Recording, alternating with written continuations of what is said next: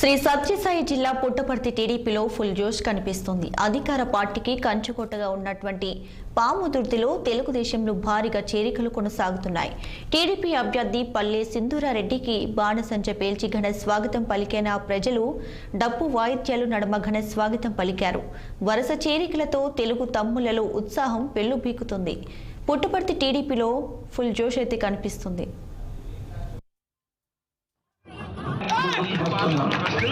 కష్టాల్లో బాధల్లో మీ ఎంత ఉంటా మీ మీద మీ జోలికి ఎవరు రావాలంటే నన్ను దాటి మీ దగ్గర రావాలని చెప్పి సందర్భంగా మేము చేస్తున్నాం.